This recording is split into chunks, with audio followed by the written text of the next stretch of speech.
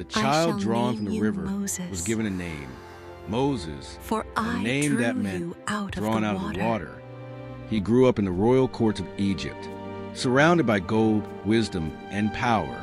Silk replaced rags. Palace walls replaced slave quarters. Yet within him, two worlds quietly lived, one of royalty and one of suffering. As Moses grew, he saw what others in the palace ignored. The Hebrew people, his own people, toiled under burning sun. Their backs bent beneath heavy stones. Their cries rose above the sound of whips. The palace called him prince, but something deeper called him brother. And the question began to grow inside him. Who am I really? One day, Moses saw an Egyptian beating a Hebrew slave.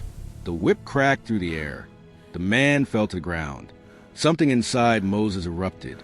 He looked left. He looked right. No one was watching.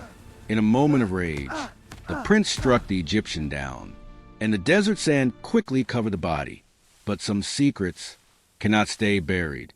The next day, Moses tried to stop two Hebrews you want to who kill were us the fighting, same way you but killed the instead of Egyptian? gratitude, he heard words that froze his heart. Who made you ruler over us? Will you kill me like you killed the Egyptian? You killed an Egyptian. The secret was The no Hebrew longer Moses hidden, lives and and defies fear you. began to close in. When Pharaoh heard what Moses had done, the king he once called family ordered his death. The palace doors closed behind him. The prince became a fugitive, and Moses fled far from Egypt into the endless wilderness, where the desert wind carried only silence. After days of wandering, Moses arrived in the land of Midian. There, beside a quiet well, he saw shepherd girls struggling against Stop cruel this. men. Let them draw Once water. again, Moses stepped forward, not as a prince, but as a protector.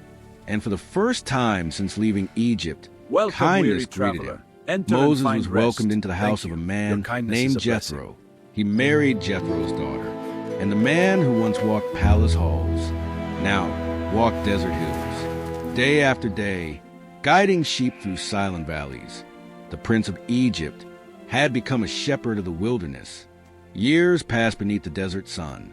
The anger of youth slowly faded, but the memories never left him. The palace, the slavery, the mistake that changed everything. Moses may have believed his story was over, but heaven was still writing. Back in Egypt, the suffering of the Hebrew people only grew worse.